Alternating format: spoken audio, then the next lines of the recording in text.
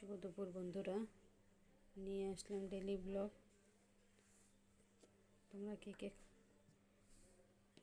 খাওয়া ফিনিশ করেছো বলবে, আমি এখন খাবো। চলো তো তোমাদেরকে দেখাই আজকে কি বানিয়েছি। আজকে বানিয়েছি আমি ডাল, আমি আজকে নিজে বানিয়েছি ডাল আর আলু কোয়াশের তরকারি আর ভাত।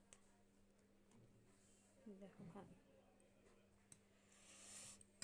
তো দেখো ভালো করে দেখাই।